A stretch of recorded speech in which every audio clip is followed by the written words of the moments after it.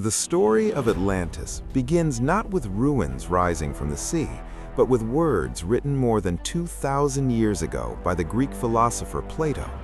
In his dialogues Timaeus and Critias, Plato tells of a powerful island civilization that existed long before his own time, a society wealthy, technologically advanced, and dominant over much of the known world. According to the account, the tale was passed down through generations, from Egyptian priests to the Athenian lawgiver Solon, and finally to Plato himself. Atlantis, Plato writes, lay beyond the Pillars of Hercules, known today as the Strait of Gibraltar, and was larger than Libya and Asia combined, as those regions were understood in the ancient world. It was ruled by kings descended from the god Poseidon, who built a grand capital of concentric rings of land and water, adorned with temples, harbors, and walls faced with gleaming metals.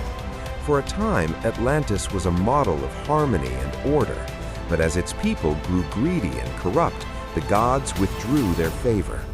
In a single catastrophic day and night, earthquakes and floods swallowed the island, and Atlantis vanished beneath the sea. From the moment Plato's words were written, Atlantis has lived in the space between myth and history. Ancient Greek writers who followed Plato rarely treated Atlantis as a real place.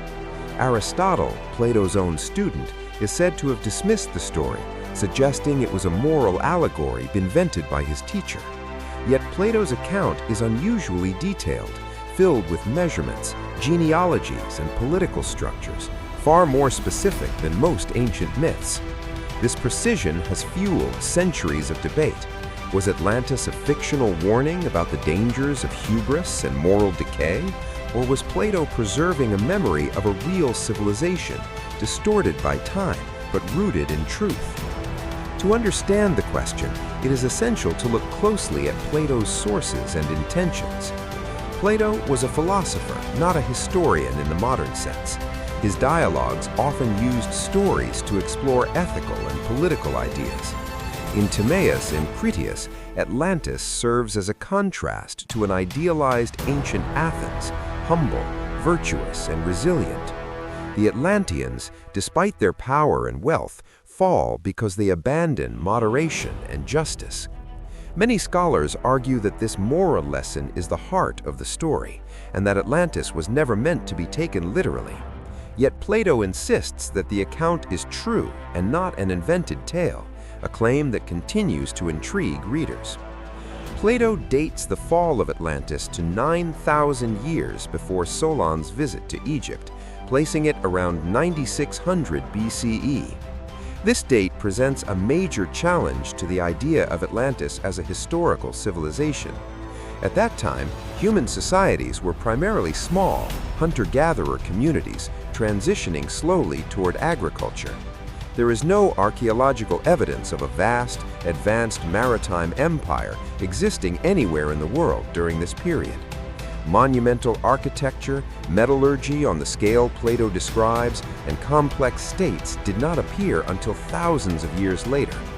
This gap between Plato's timeline and what is known from archaeology is one of the strongest arguments against Atlantis as a forgotten civilization. Despite this, the legend has inspired countless attempts to identify a real-world location for Atlantis. Some researchers have suggested that Plato's story was inspired by the Minoan civilization of Bronze Age Crete, one of the most advanced societies of the ancient Mediterranean. Around 1600 BCE, the volcanic island of Thera, now known as Santorini, erupted in one of the most powerful explosions in human history. The eruption caused massive earthquakes, tsunamis, and widespread destruction across the region, contributing to the decline of Minoan power. The suddenness of the disaster and the seafaring nature of the Minoans bear a striking resemblance to Plato's account. However, the dates do not align, and the Minoans lived within the Mediterranean, not beyond the Pillars of Hercules, making this connection suggestive but uncertain. Other theories have placed Atlantis in locations as varied as Spain, the Caribbean, Antarctica, and the mid-Atlantic Ocean itself. Some have linked Atlantis to Tartessus, an ancient and wealthy culture mentioned by Greek writers, located in what is now southern Spain. Tartessus was known for its metals and trade, and lay near the western edge of the known world, closer to Plato's description. Yet Tartessus did not disappear suddenly beneath the sea, and no evidence connects it directly to Plato's elaborate narrative. Each proposed location faces similar problems, fragments that seem to fit, combined with contradictions that cannot be resolved by evidence.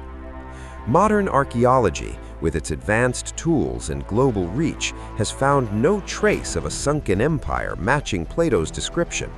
The ocean floor has been mapped extensively, and while it holds many mysteries, it does not reveal the remains of a lost super-civilization. Submerged coastal settlements from later periods have been discovered, reminders that sea levels rose significantly after the last ice age.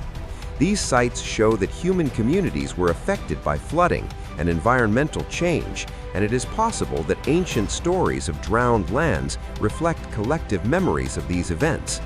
But these were small-scale societies, not vast empires ruling continents.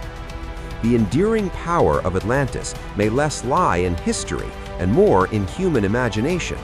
The story touches deep themes: the rise and fall of civilizations, the tension between technological power and moral responsibility, and the fear that even the greatest achievements can be undone by natural forces or human flaws.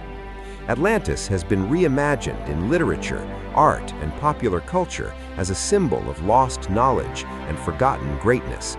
Each generation reshapes it to reflect its own hopes and anxieties, from Enlightenment thinkers searching for ancient wisdom to modern audiences fascinated by apocalyptic collapse. So, was Atlantis a myth or a forgotten civilization? Based on the evidence available today, Atlantis, as Plato described it, does not appear to have existed as a real historical empire. There is no archaeological proof, no independent ancient records, and no material remains to support the claim.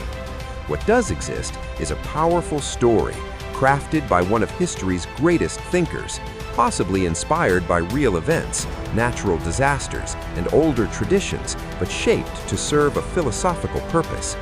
Atlantis may not be lost beneath the waves, but it survives in another way, as a mirror held up to civilization itself, reminding us that progress without wisdom carries its own risks. In that sense, Atlantis was never meant to be found, because its true location is not on a map, but in the lessons it continues to teach.